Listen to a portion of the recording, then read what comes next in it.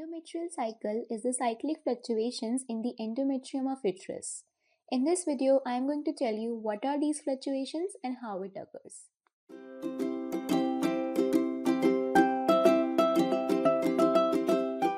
Hey everyone, welcome back to HM Learnings. I am Harshada, the creator of HM Learnings, where students come to clear their concept and to get the study material. Make sure you subscribe our channel. So today we are back with the next part of the endometrial cycle. And in this part we are going to see that what happens in the different phases of the endometrial cycle. So in the previous video we have seen what is endometrium, what is its histology and blood supply. So here and also we have seen the phases of endometrial cycle. So this is just an overview that how I'm going to present, how I'm going to discuss all the phases of the endometrial cycle. So first, in every phase of the endometrial cycle, we will see that what is the status of the gonadotropin hormones, because their cyclic fluctuations are going to induce the cyclic changes in the ovarian follicles, and that is going to termed as ovarian cycle based on the two phases, the ovarian phase and the luteal phase, based on what follicle stage is being present in that particular time, and that is this ovarian follicles which are showing the cyclic fluctuations. They are also responsible for causing the cyclic fluctuations in the ovarian hormones, estrogen and the progesterone. And these estrogen and the progesterone hormones are the ones which are going to act on the endometrium, responsible for the three cyclic changes in the endometrial cycle: menses, proliferative phase and the secretory phase. So this is what is called as an endometrial cycle. So let's start with the first phase of the endometrial cycle, that is the menses or the menstrual phase. So in this whole video we are assuming that the length of the menstrual cycle is 28 days. It can vary, but we are taking as an example of 28 days. So what is the first day of the cycle? Is a day where the menses starts, when the menstrual discharge starts. That is termed as the first day of the menstrual cycle.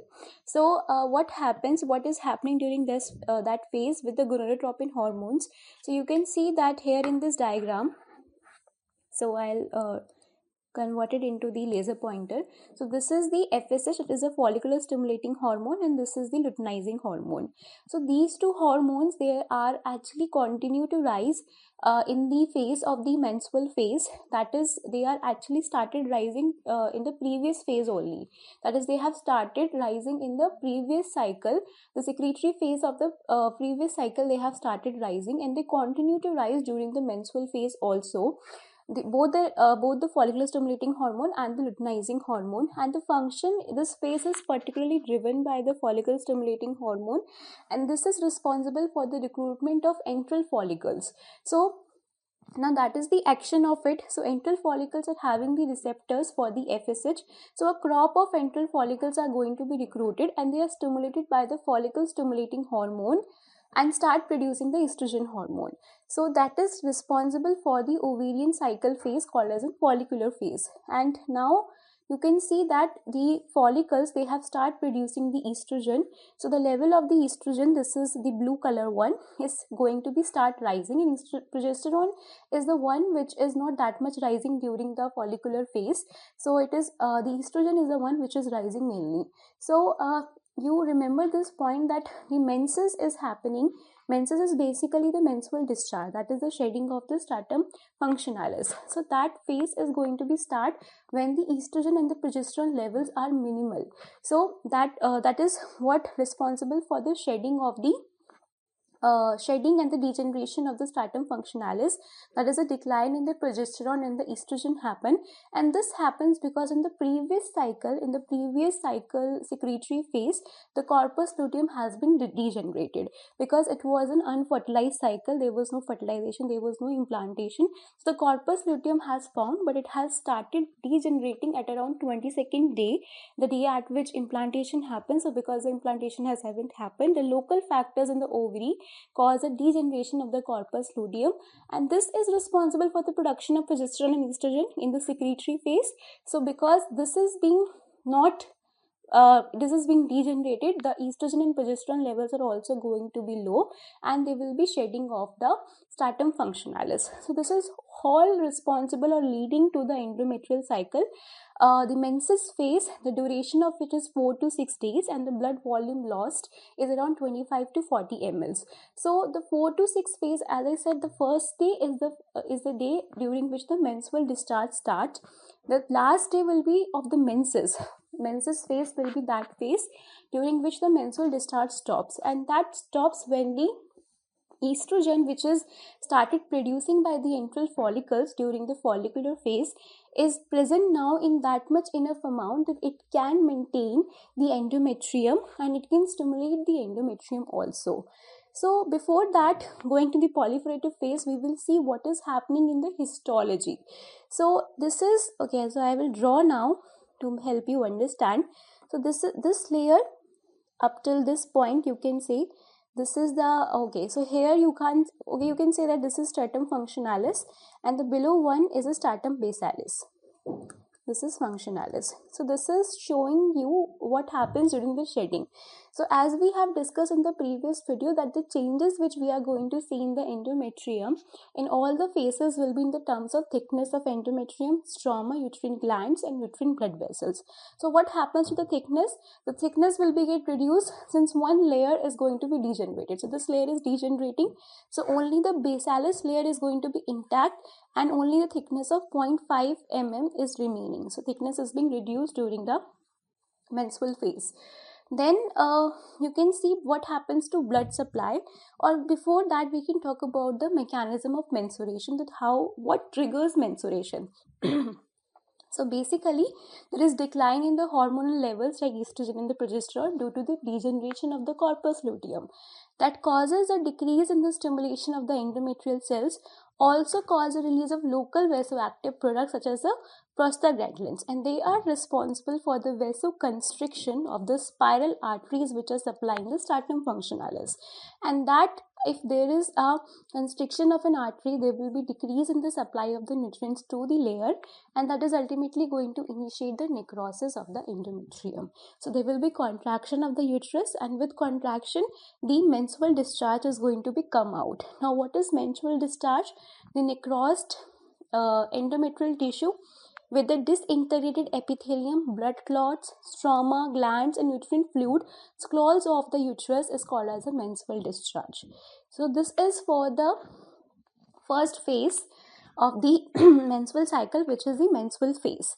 So now what happens that so it was a 28-day cycle starting from day 1 at which the menses occur, and now 6th day or 5th day has came. So till 5th day, what happens, the antral follicle which are being recruited by the FSH, now they are in the state that they can produce the enough estrogen so that the endometrium can be stimulated and it can be maintained, leading to the next phase of the endometrial cycle, which is a proliferative phase. So during this phase, what happens to the gonadotropin hormones? So what happens that if you see now here estrogen, so this was the menses phase during which the estrogen level initially it was very less, but now during the menses phase it has increased because of the antral follicles. Now it has reached the level at which it can start again the endometrial growth. So now from here what happens, it will start exerting a negative feedback effect on the LH and the FSH, so their levels are very minimal during the proliferative phase. So what happens to the ovarian follicle? So during this phase there is selection of the dominant follicle, the follicle which is producing the maximum estrogen, and this is the ovarian the follicular phase is the one to which the menses as well as the proliferative phase of the endometrium coincides. So initial 0 to 1 to 5 days is being the menses of the follicular phase, and then till 14th day, if we are saying it's a 28-day cycle, 14th day is a day during which the ovulation happens. So from 5th day or 6th day till the 14th day, the proliferative phase happens. So during this phase, what happens in the ovary? There will be a selection of a dominant follicle. So Then, as I said, estrogen level will be continue to increase because the follicle which is producing estrogen is being stimulated by the lower levels of the FSH, since it has a maximum number of the FSH receptors. So it will continue to rise from mid to late follicular phase, and it will peak just before the ovulation, then leading to the LH surge, and the ovulation happens. So during this phase, what happens, the endometrium will start regenerating, because now the estrogen is that much in the amount to stimulate the rapid proliferation and differentiation of stromal cells, as well as the remaining epithelial cells of the stratum basalis, to form all the connective tissue of the endometrium as well as the epithelium. Connective tissue means the uterine glands, the blood vessels, lamina propria, and the stromal cells. So all this then is going to be started. So what happens to the thickness of the endometrium? It will definitely increase, because now the regeneration of the stratum functionalis is being happening. So from 0.5 mm it will increase to 5 mm as functional layer is regenerated. The stroma is going to be highly cellular, and there is increased in the extracellular matrix. So here this is the basalis layer, this is the functionalis layer. You see it is highly cellular, and there is increased extracellular matrix. The thickness is also being increased. This is a 0.5 mm and this is around 4.5 mm. So now you can see the uterine glands, they are very long, elongated, and they are opening in the lumen, and these are follow a straight course to the surface, and blood supply is, so in the basalis layer you see these are the spiral arteries. In the layers you can see these are the spiral arteries, which are much more in the basalis layer, but in the functionalis layer they are very less. So they are going to be increased. The blood supply to the endometrium is actually increased during the secretory phase. Blood supply is there during the proliferative phase also, but it is less. So now we have finished with the next phase also, it is the proliferative phase. Now after ovulation the next phase start, that is called as the secretory phase. So actually I have talked about ovulation, about the oogenesis, about all the types of the follicles in the previous video of the oogenesis. So if you find it difficult to understand, I will recommend you to watch them. So now we will switch to the next phase of the endometrial cycle, that is the secretory phase. So during secretory phase, now what happens, the ovulation has happened now. So now as the ovulation has happened, what happens to the follicles, now the LH hormone is something which is producing, but it is feedbackly inhibited by progesterone and estrogen. So if we start understanding it with the follicles, like after ovulation what happens, the dominant follicle has remained cells, and that dominant follicle is going to be converted into the corpus luteum. Corpus luteum is having the LH receptors, and it is responding to the LH hormone, and in response to that it is producing progesterone, maximally progesterone and estrogen. So during this phase again you can see that the progesterone levels are also increasing, estrogen levels are also increasing, but comparatively lesser. So because estrogen and progesterone also both are in a very high level, they are exerting a negative feedback action on FSH and the LH, that is they are in the minimal amount. So as I said in the first slide of the menses, that during the initial part of the secretory phase, the LH and the FSH levels are very less because of the negative feedback inhibition of progesterone and estrogen. But at the later part, around 22nd day of the secretory phase, what happens, that there is dismiss of the corpus luteum. If it is an unfertilized cycle, in that case they will be dismissed. The progesterone estrogen level will start decreasing from 22nd day, and here what happens, the LH and the FSH levels start rising in order to recruit the antral follicles for the next phase, for the next cycle. Okay, so this I already told you, routinizing of laminin theca and granulosa cell of dominant follicle to form the corpus luteum. Degeneration of corpus luteum starts by 22nd day of unfertilized cycle. This is going to coincide with the luteal phase of the ovarian cycle, the secretory phase of the endometrium cycle, and the progesterone estrogen levels rapidly rise, but they will start falling after 22nd day of the infertilized cycle. Now what is happening? So you have seen that during the proliferative phase, it's majorly the action of the estrogen. It is stimulating the proliferation of the of the epithelial cells as well as the stromal cells. Now progesterone is also having the action on the endometrium, and that action is that it is going to stimulate the secretory activity of the glands and the process called as a pre-decidualization. So during the proliferative phase, there is gland formation, there was blood vessel formation, there was a kind of a tissue formation which is happening. Now there is modification of the tissue in order to prepare it for the coming blastocyst if it comes. So the progesterone glands are already being formed during the proliferative phase. Now the progesterone is going to stimulate the secretory activity of the glands and also going to stimulate the differentiation of the stromal cells to go a process called as a pre-decidualization. So what is pre-decidualization? It is a process during which the stromal cells, they become enlarged, they have eosinophilic cytoplasm, they have now very high content of lipid and glycogen, they have Golgi apparatus and endoplasmic reticulum in a larger amount, and they are called as a pre-decidual cells. Later these pre-decidual cells will be converted into the decidual cells and they will secrete the extracellular matrix. So this is a cell, it will start releasing the fibrinolactin, laminin, collagen 14 and all these things. This is a very important this has a very important role when we will discuss about implantation. So you remember this point. Then the decidual cells, what happens, they will occupy the upper part of the endometrium. So in the previous figure you see, okay, we will see in the next figure. So in this figure, if you see that this is functionalis layer and this is basalis layer. So what happens, the upper part of it is going to form the zona compacta and the lower part is going to form the zona spongiosa.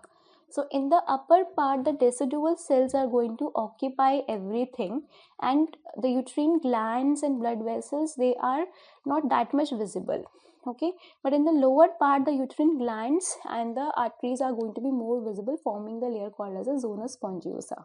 Okay, so the decidual cells spread throughout the upper layer of the endometrium and form a layer called zona compacta.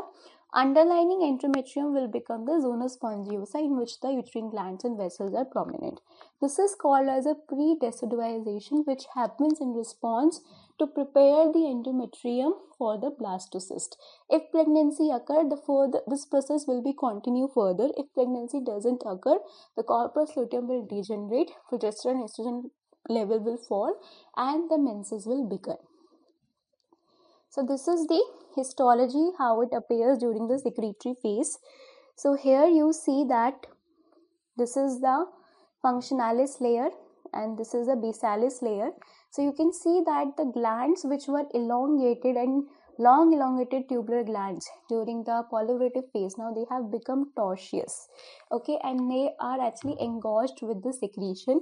The thickness is further increased because there is glandular secretion increase and edema, and there is stroma is vascular as the coiled arteries are now more or equally appearing in the zona in the functionalis layer, and there is uterine gland are going to become tortuous and engorged with secretion. Blood supply, spiral arteries are more seen in the basalis layer. Okay, so there is a problem here. It should be functionalis, like both functionalis and basalis, they are appearing, the spiral arteries are present in both the layers. Okay, so this is the end of this video. So from here you can remember that again, now if it is an unfertilized cycle, the menses will start, then proliferative phase, then secretory phase. And secretory phase is a duration of 14 days. So if you like this video, please like, share and subscribe my channel. These are the references I have looked into for making this video. I'll recommend you to watch the endometrial cycle part 1 as well as oogenesis and follicular development, so that you have a very clear understanding of this topic. So please like, share and subscribe my channel. Till then, keep learning.